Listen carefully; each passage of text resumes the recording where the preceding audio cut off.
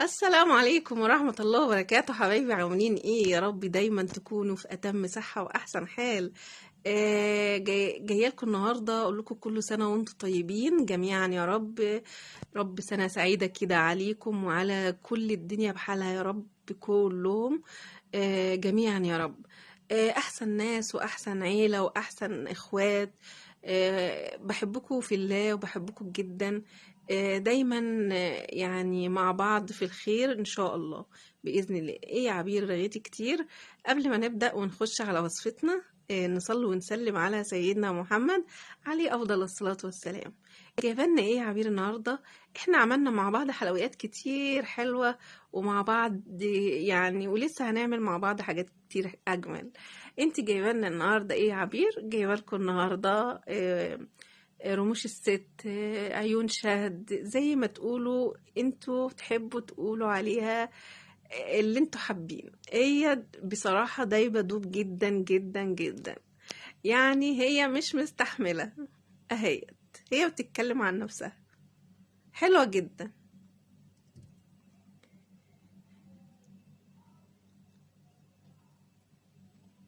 وطبعا انا لما باجي اعمل حاجة حلوة لازم اطلعها لحبايبي، وبالذات لما تكون ناجحة جدا جدا. يلا اعملوا اللايك، اعملوا اللايك، يلا. ندخل بقى على وصفتنا الحلوة ونصلي ونسلم على سيدنا محمد عليه أفضل الصلاة والسلام.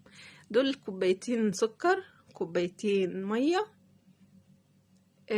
نطرة، رشة فانيليا، نص عصرة ليمونة، كله على بعضه، يعني كله على بعضه. ونحطه على النار يقعد مدة 7 دقايق بالظبط. وبعد كده نطفي عليه.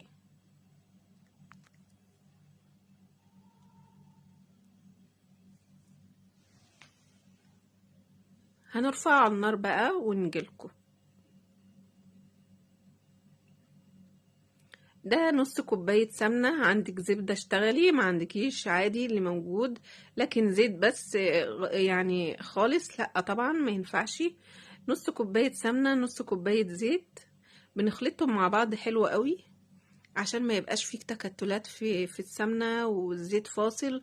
فاحنا بندوبهم مع بعض يبقى ايه، خليط واحد. دي نص كوباية سكر بودرة، ولازم بودرة يا جماعة علشان الوصفة دي مش عايزة السكر الحبيبات.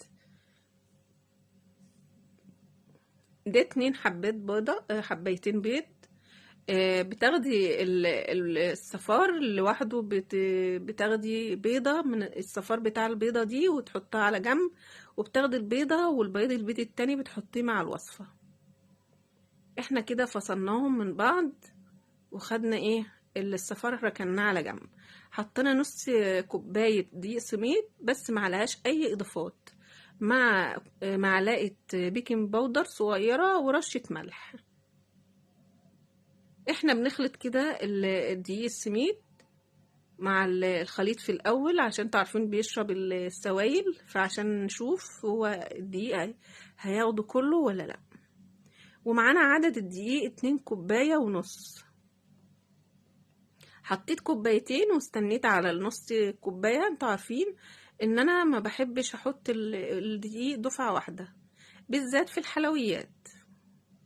كده بتروف صوابعك كده ومش بنعجن خالص. انتوا عارفين الحلويات ما بتتعجنش، احنا بنلم الدقيق بس. كده احنا بنحط الدقيق اللي فاضل، هي هتاخد النص كوباية الفاضلة. يعني هي كده الوصفة تمام والدقيق 100 100.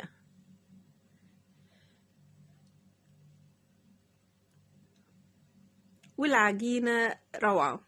انتوا شايفين العجينة قدامكم اهيت. احنا بنشكلها بقى زي ما انت شايفة كده. هنجيب الصينية بتاعتنا، ولا هندهنها مادة دهنية ولا هندهنها اي حاجة خالص. زي ما انتوا شايفين كده احنا بنعملها ببوزة كده، بتعملها رول كده صغنن، وبعد كده بتضغطي عليها من النص عشان ما تقبش معاكي. وزي ما انتوا شايفينها كده زي صباع الكفتة، بس انتي بتضغطي عليها من النص وتطلع اعملي لها سحبة كده من هنا ومن هنا، بتبقى زي العين كده.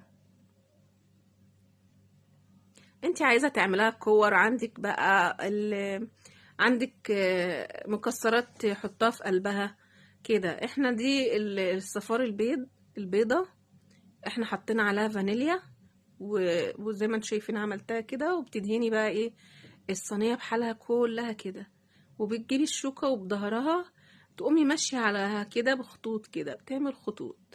دي هتدي منظر بعد ما تتعمل في الفرن وتدخل الفرن، هتشوفوا المنظر بتاعها الأخير لما تطلع من الفرن.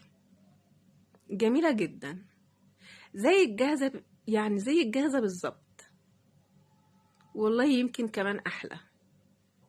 هي سهلة جدا وعملت لي كمية حلوة جدا، عملت لي صينيتين جمال همت محترمين.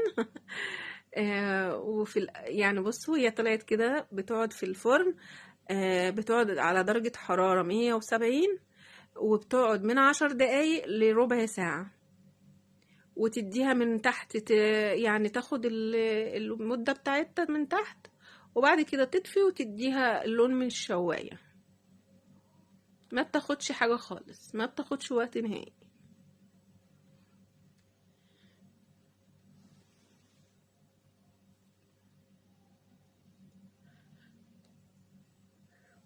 كده اهوت شايفين هي طلعت من الفرن. حطيت الشربات على طول عليها وهي لسه طالعه من الفرن، وكانت سخنه جدا. يعني انتوا لو سامعين الصوت بتاعها الحقيقي، هتسمعوا الطشه بتاعه الشربات وهي بتتحط عليها. اه والله. فانتوا يعني حاولوا ان انتوا وهي لسه طالعه كده تقوم حاطين الشربات عليها على طول، ما تسيبوهاش لما تبرد خالص. وبعد ما انت بتقلبيها كده وشربت العسل بتاعها الشربات بتاعها من تحت، بتقلبيها كده وبتسقيها تاني زي ما تاخد كده. دي الصينية التانية طلعت وعملتها بنفس الطريقة، وانا عملت بقى منها الطبق الجميل القمر ده. بصوا بيتكلم عن نفسه، بيتكلم عن نفسه ولا لأ؟ بيتكلم عن نفسه. بصوا مش عايزة كلام، مو دايبد يعني بصوا انتوا يعني اللي هتحكموا. وما اقولكمش الطعم بقى يا جماعة بجد، يعني هي الحلويات فعلا ما بتتاكلش وهي سخنة، ما بتستطعموهاش، بس هي كانت فعلا والله كانت جميلة وما استنتش.